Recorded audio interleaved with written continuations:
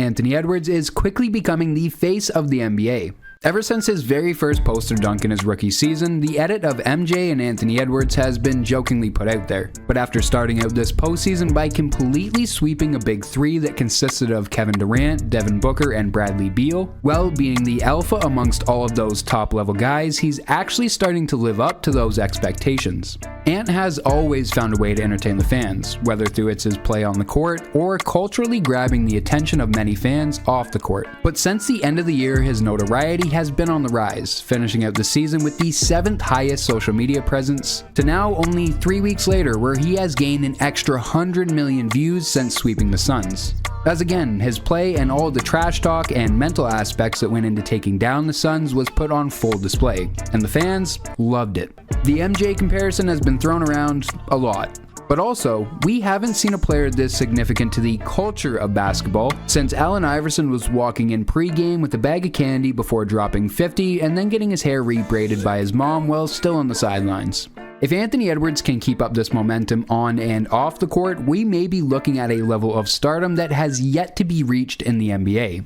I previously said that Ant was getting lots of love ever since his very first poster in the league, but that wasn't always the case prior to that poster. Leading up to the draft, there were actually doubts toward how much he loved the sport of basketball, which was the ultimate factor that held the Warriors back from giving this kid a chance at draft time. Despite these doubts, there was so much talent there that it was a no-brainer to take him with the first overall pick, even over a bona fide internet star in LaMelo Ball. In hindsight, with the injury struggles that LaMelo has faced though, this was a great move.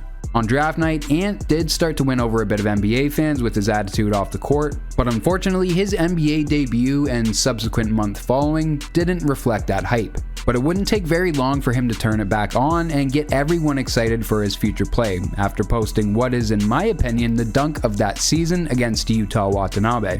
Ant went on that year to post some pretty crazy stat lines against legitimate contenders, dropping 30 on Jokic's Nuggets, then managing to knock down 42 points in 2 separate games. Once against the Memphis Grizzlies, and another in a win against that year's NBA finalists, the Phoenix Suns. At the time, the roster that the T-Wolves were putting out there made absolutely no sense, but despite this, Ant was still continuing to progress, but somewhat going under the radar. But to the people that were paying attention, it was clear that he was displaying his capability to score and defend at the most crucial moments of the game, already having moments throughout his rookie season where you could see him actually take over and have a very Jordan-esque alpha dominance over a game. As his sophomore season passed, he would continue to develop, namely in his playmaking ability, but again, there was still somewhat of a struggle between Cat thinking he's the future GOAT, and the reality that this was starting to look more like Ant's team. But it wasn't until his 3rd year that everything would change. During the offseason leading into the 2022-23 season, there started to be some discussion from the Timberwolves ownership about actually selling the team to Alex Rodriguez and his business partner Mark Lowry. As we now know, that deal has turned into a complete mess, but at the time it was reported that A-Rod and Mark were looking to take some control of the team, and with Rudy Gobert being shopped around by the Jazz, they threw everything, including the kitchen sink, to get him. In Rudy's first year with the team, it was a complete and utter failure. His rookie replacement in Utah, Walker Kessler, was actually averaging more blocks a game than he was. And just plainly across the board, all of his defensive stats were down. For the most part, it seemed pretty clear that the problem was coming from figuring out how Cat and Rudy would coexist together. But this season, that seems to no longer be a problem. Yes, that can partially be answered by just chemistry and having time to play together, but part of it can also be linked directly to Anthony Edwards. We had previously done a video discussing Ant's time playing for Team USA in the FIBA tournament and how that experience fueled him to come back this season with an extra edge after Steve Kerr had him playing behind Austin Reeves. And so far, that edge has definitely been there. Even recently shouting out Team USA when asked what helped him take an extra step this season in a post-game interview after his 40-point performance against Denver on Saturday. This season, a lot more of the offense is going through Ant. He finally has a higher usage rate than Karl Anthony Towns, and it seems like, because of this, a lot of the responsibilities of initiating offense is now moved to Ant, who is not only a much better offensive player when it comes to both shooting and playmaking, but just an all-around better player.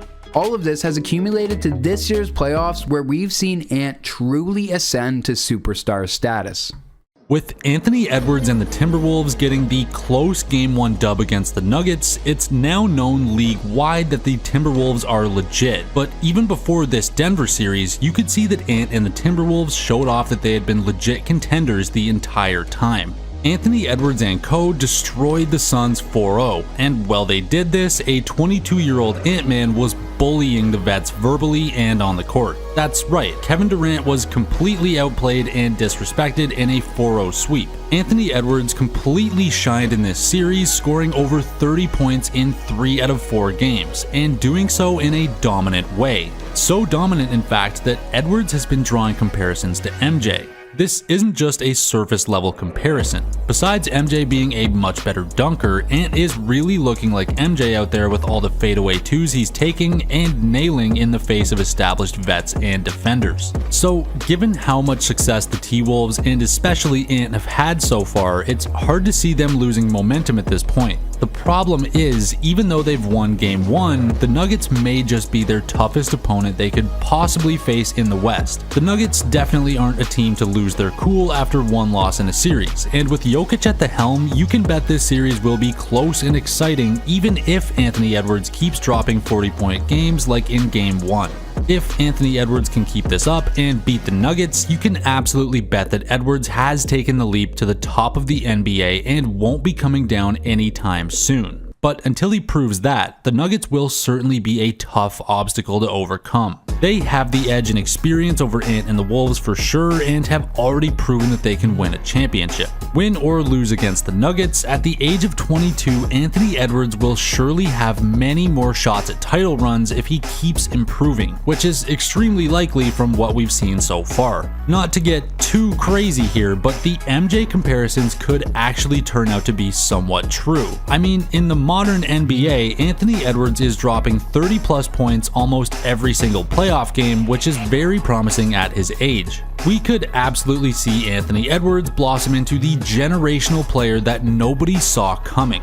While MJ came into the league doing better, MJ also played 3 years of college as opposed to Ant's 1, obviously leading to MJ being the more polished player out the gate at the age of 21. If we compare Anthony Edwards at the age of 21 and MJ at the age of 21, Ant actually beats him by 3 points per game. MJ didn't actually break out until the age of 23, so let's give Ant one more season and see if he too can average 37 points per game at the age of 23. Even if he doesn't turn out to be MJ or anywhere close to him, it's super exciting that Ant has a bright future in the league. The guy can talk trash and actually back it up, something that's always going to be exciting no matter your opinion on the trash talk itself. Back to this year, are we witnessing the real finals unfold in front of our eyes? It's sad to say, but the East sucks besides Boston, who so far have gone untested, and on the other side of the West, the Thunder and Mavericks just don't quite seem like they're ready to make a championship run just yet. Could we really see a 22-year-old Anthony Edwards win a championship as the man on the T-Wolves? That might just be the craziest thing to happen in the league since LeBron entering. Let us know in the comments if you believe in Ant and the boys, and we'll see you next week with a new video.